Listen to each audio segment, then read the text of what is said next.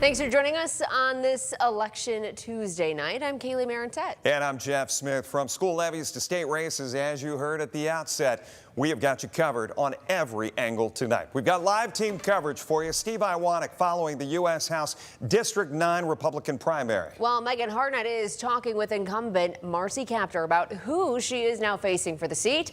Plus, schools are a big talking point tonight. Bates Zahowski is getting the latest results and reaction on those. But first... Yeah, we're going to start talking the race for the 9th Congressional District Republican nomination.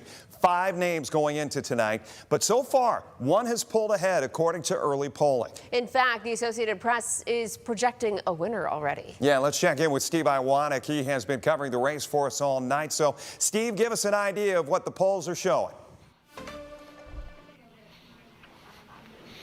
Jeff, Kaylee, good evening. Well, it has been a successful night for the Derek Merrin campaign, the 2024 GOP nominee who went up against Marcy Kaptur that year to try and take back this seat for Northwest Ohio, has projected to become the winner according to the Associated Press. Early polling so far from local precincts showing that Merrin is sitting at about 44% of the vote. Now, for those that don't remember, Merrin was the nominee in 2024, and he lost by less than 1% to Democrat Representative Marcy Kaptur. And since then, we have seen redistricting of the map, so it opens up a possibility for a flip in November. There were 4 other names, though, in this race going up against Merrin, those being current state representative in the District 44, Josh Williams, Madison Sheehan, Aaliyah Nadeem, and Anthony Campbell, who all lagged behind Merrin by a pretty decent margin. Williams was sitting tonight, last check, at about 26%, while Sheehan, the former deputy director of ICE under President Donald Trump, was at 20%. Now, we did talk to Derek Merrin here tonight at the Lucas County GOP headquarters, and he was telling us that just because he got a successful night tonight, that doesn't mean everything. The work is now just beginning.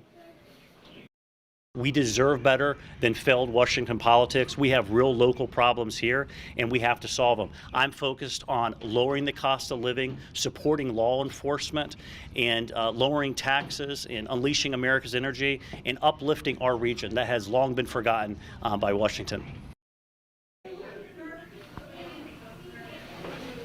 And once again, Merrin is just a projected winner right now. We don't have certified official results yet.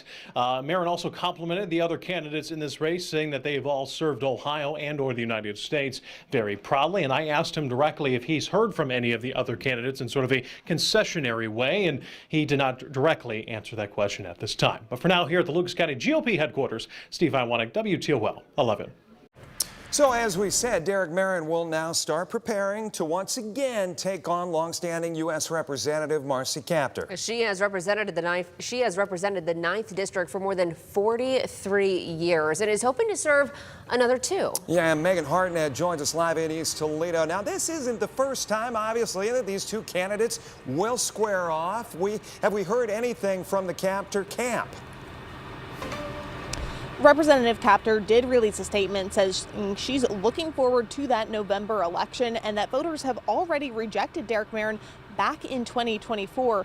In her statement, it also reads, quote, "I will never stop fighting to lower costs, protect the health care and Social Security working families have earned, and hold anyone accountable who puts special interests ahead of the hardworking families. I am honored to serve," end quote. Her statement also touches on the gerrymandering of the 9th district. The 9th district was redrawn in 2025, now with a more than 54% Republican lean, and extends farther west and will be essentially a new district for both Representative Kaptur and Merrin to navigate campaigning, because neither of these candidates have previously served this area of the state. This now does include so much rural land and so much area that these members have not represented either in Congress for the state, for Marcy Kaptur, or in the state legislature.